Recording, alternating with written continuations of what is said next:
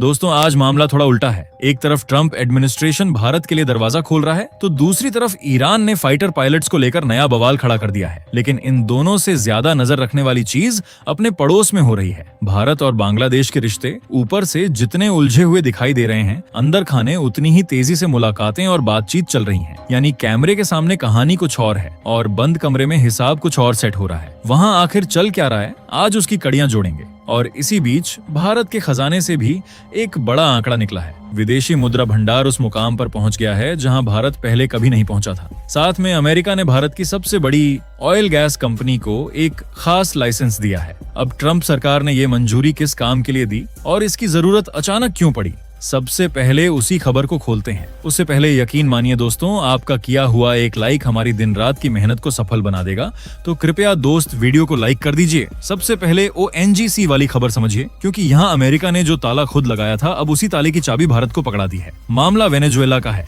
अमेरिकी treasury department ने ONGC को वहाँ अपने ऑयल और गैस प्रोजेक्ट्स में दोबारा काम शुरू करने की इजाजत दे दी है। यानी जिन प्रोजेक्ट्स पर सैंक्शंस की वजह से ONGC को हाथ खींचना पड़ा था, अब वहाँ इन्वेस्टमेंट और ऑपरेशंस फिर आगे बढ़ाए जा सकेंगे। लेकिन ONGC के लिए असली फायदा सिर्फ इतना नहीं है कि चलो भाई दोबारा तेल निकालना शुरू करो, पीछे उसका पुराना पैसा भी फंसा पड़ा है। हुआ ये था कि निकोलस मादुरो के समय अमेरिका ने वेनेजुएला के ऑयल सेक्टर से लेकर बैंकिंग ट्रांजैक्शंस तक ऐसी पाबंदियां लगा दी थी कि ONGC की वहां इन्वेस्टमेंट होने के बावजूद पैसा बाहर निकालना मुश्किल हो गया। कंपनी सैंक्शंस तोड़कर अपना पैसा निकाल नहीं सकती थी, इसलिए कमाई कागजों में थी लेकिन जेब तक पहुंचने का रास्ता बंद था। रिपोर्ट्स में यही अटकी हुई डिविडेंड इनकम करीब $600 मिलियन बताई जाती रही है। अब नए अमेरिकी लाइसेंस के बाद ONGC विदेश के लिए दो रास्ते खुलते हैं। एक, वहां अपने पुराने प्रोजेक्ट्स पर दोबारा काम बढ़ाना, और दूसरा, पहले से फंसी डिविडेंड इनकम को वापस निकालने की कोशिश करना। मतलब आसान भाषा में समझिए, खेत में भारत का हिस्सा पहले से था, फसल से कमाई भी हो रही थी, लेकिन अमेरिका की पाबंदियों ने रास्ते में ऐसा नाका लगा रखा था कि पैसा भारत तक आ ही नहीं पा रहा था। अब वही नाका हटाया जा रहा है। हालांकि यहाँ $600 मिलियन को फाइनल चेक समझ लेना जल्दबाजी होगी। ONGC विदेश ने अभी ये साफ नहीं किया है कि आज की तारीख में रिकवर होने वाली पूरी रकम ठीक $600 मिलियन ही है, या पुराने ड्यूज और बाकी हिसाब जोड़ने के बाद आंकड़ा कुछ और बैठेगा। लेकिन इतना तय है कि वेनेजुएला में ONGC के लिए जो दरवाजा लंबे समय से लगभग बंद पड़ा था, अमेरिका ने अब उसे दोबारा खोल दिया है। और यहाँ ONGC की कहानी सिर्फ फंसे हुए पैसे वापस निकालने तक खत्म नहीं होती। असली खेल उसके आगे शुरू होता है। वेनेजुएला में ONGC विदेश पहले से दो बड़े प्रोजेक्ट्स में बैठी हुई है। सैन क्रिस्टोबाल फील्ड में उसकी 40% हिस्सेदारी है, जबकि कराबोबो 1 प्रोजेक्ट में करीब 11% स्टेक है। कराबोबो वाले प्रोजेक्ट में दूसरी भारतीय कंपनियों की हिस्सेदारी जोड़ दें तो भारत की मौजूदगी और बड़ी हो जाती है। अब लाइसेंस मिलने के बाद ONGC सिर्फ पुरानी हिस्सेदारी संभालकर बैठने वाली नहीं है। कंपनी की तैयारी इन प्रोजेक्ट्स की ऑनप्रेटरशिप भी अपने हाथ में लेने की है। यानी हिस्सेदार बनकर सिर्फ अपना हिस्सा लेने के बजाय जमीन पर प्रोजेक्ट चलाने में भी सीधी भूमिका बढ़ सकती है। और कंपनी की नजर दो पुराने प्रोजेक्ट्स पर ही नहीं रुकी है। ONGC विदेश के MD राजर्षि गुप्ता के मुताबिक अमेरिकी ट्रेजरी डिपार्टमेंट से कुछ और स्पेसिफिक लाइसेंस लेने की कोशिश चल रही है। अगर वहां से भी हरी झंडी मिल जाती है तो कंपनी वेनेजुएलन अथॉरिटीज और अपने जॉइंट वेंचर पार्टनर्स के साथ बैठकर नए ऑयल और गैस ब्लॉक्स में भी पैसा लगा सकती है। मतलब मामला समझिए, पहले ONGC का अपना पैसा वेनेजुएला में फंसा पड़ा था और सैंक्शंस की वजह से कंपनी चाहकर भी ढंग से आगे नहीं बढ़ पा रही थी। अब पहले पुराने पैसे तक पहुंचने का रास्ता खुल रहा है, पुराने प्रोजेक्ट्स वापस पटरी पर आ सकते हैं और साथ में नए प्रोजेक्ट्स उठाने की तैयारी भी शुरू हो गई है। और अमेरिका ने ये छूट हर किसी को बांटी भी नहीं है। रिपोर्ट्स के मुताबिक अभी चुनिंदा विदेशी कंपनियों को ही वेनेजुएलन ऑयल सेक्टर में इस तरह आगे बढ़ने की अनुमति मिली है। उस छोटी सी लिस्ट में भारतीय ONGC का पहुंचना अपने आप में अहम है। लेकिन यहाँ एक चीज बढ़ा चढ़ाकर नहीं बोलनी चाहिए कि अब ONGC को कई $बिलियन का प्रॉफिट पक्का होने वाला है। लाइसेंस मिलने से कमाई गारंटीड नहीं हो जाती। प्रोडक्शन कितना होगा, ऑयल प्राइस क्या रहेगा, इन्वेस्टमेंट कितनी लगेगी और वेनेजुएला में ऑपरेटिंग कंडीशंस कैसी रहेंगी, प्रॉफिट इन सब पर बैठेगा। हाँ, भारत के लिए फायदा बड़ा हो सकता है क्योंकि उसके पुराने एसेट्स दोबारा कमाई करने लगेंगे और वेनेजुएला जैसे दुनिया के सबसे बड़े ऑयल रिजर्व वाले देश में भारतीय कंपनी को अपना पैर और अंदर जमाने का मौका मिलेगा। और इस खबर में जियोपॉलिटिक्स का छोटा सा लेसन भी छिपा है। भारत अमेरिका की हर बात माने ऐसा जरूरी नहीं, दोनों देशों में मतभेद भी रहेंगे, लेकिन रिश्ता ऐसा भी नहीं बिगाड़ा जा सकता कि अपना ही सैकड़ों मिलियन डॉलर का पैसा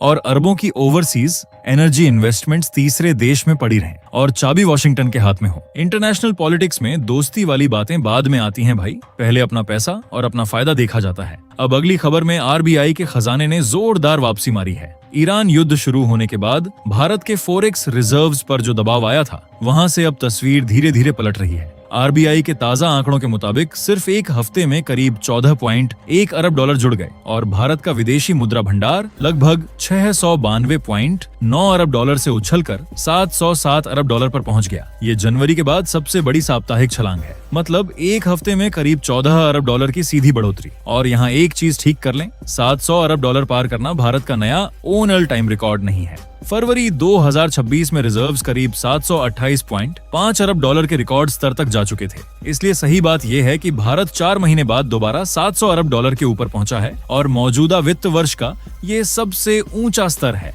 अब सवाल है कि पैसा आया कहां से। इस बार मामला सिर्फ बाजार में डॉलर की कीमत ऊपर नीचे होने का नहीं है। आरबीआई ने फॉरेन करेंसी इनफ्लोज बढ़ाने के लिए जो रास्ते खोले थे, उनसे बड़ी मात्रा में डॉलर भारत आया है। पिछले करीब 6 हफ्तों में रिजर्व्स में लगभग 40 अरब डॉलर जुड़ चुके हैं। अकेले लेटेस्ट वीक में फॉरेन करेंसी एसेट्स करीब 9.9 अरब डॉलर बढ़े। तो आसान भाषा में समझिए, युद्ध ने भारत की जेब पर दबाव डाला था, लेकिन आरबीआई ने डॉलर की दूसरी लाइन खोलकर खजाना वापस भरना शुरू कर दिया। हालांकि इसका मतलब ये बिल्कुल नहीं कि रुपए की परेशानी खत्म हो गई। आज डॉलर के मुकाबले रुपया करीब 95.6 तक कमजोर हुआ है और महंगे क्रूड ऑयल की वजह से उस पर अभी भी दबाव बना हुआ है। अब अगली खबर में ऑपरेशन सिंदूर के नाम के पीछे की कहानी सामने आई है और दिलचस्प बात यह है कि सेना शुरुआत में इसे किसी और नाम से जानती थी। Retired army chief general Upendra Dwivedi ने बताया कि पहलगाम हमले के बाद जब जवाबी ऑपरेशन की तैयारी चल रही थी, तब सेना की तरफ से नाम सुझाया गया था ऑपरेशन ट्यूलिप गार्डन।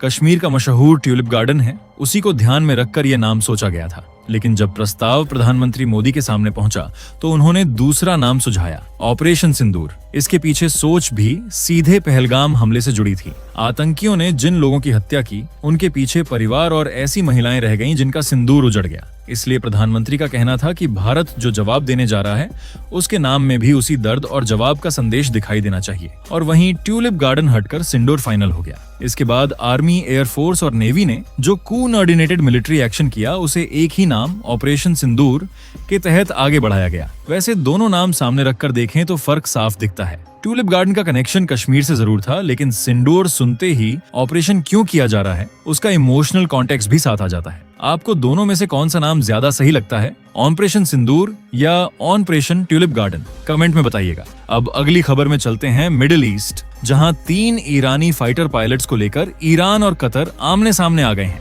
ईरान का दावा है कि उसके 3 पायलट्स जावेद सलाही, अब्दुल माजिद और उमरान पिछले करीब 6 महीने से कतर की हिरासत में हैं। ईरानी पक्ष के मुताबिक इनके फाइटर जेट्स क्रैश हुए थे, जिसके बाद ये कतर की टेरिटरी में पहुंचे और वहां की सिक्योरिटी फोर्सेस ने इन्हें कस्टडी में ले लिया। इसी घटना में एक और ईरानियन पायलट की मौत हुई थी, जिसके रिमेन्स कतर ने बाद में ईरान को सौंप दिए। लेकिन बाकी 3 को लेकर ईरान का आरोप काफी गंभीर है। ईरान कह रहा है, हमारे आदमी तुम्हारे पास हैं, तुम उन्हें वापस भेजना तो दूर, परिवार से बात तक नहीं करने दे रहे। और कटार का जवाब, हमारे पास ऐसे कोई 3 पायलट्स हैं ही नहीं। कटार के मुताबिक क्रैश के बाद सर्च एंड रेस्क्यू ऑपरेशन जरूर चलाया गया था, लेकिन वहां केवल एक ईरानियन पायलट का शव मिला। उसे बाकायदा ईरानियन अथॉरिटीज से संपर्क करके वापस सौंप दिया गया। बाकी जिन 3 लोगों की ईरान बात कर रहा है, कतर कहता है कि उनके उसके पास होने का कोई आधार ही नहीं है। अब भाई, यहाँ मामला किसी छोटी मोटी गलतफहमी का नहीं है। एक देश कह रहा है हमारे 3 मिलिट्री पायलट्स तुम्हारी कस्टडी में हैं, और दूसरा कह रहा है हमने उन लोगों को देखा तक नहीं।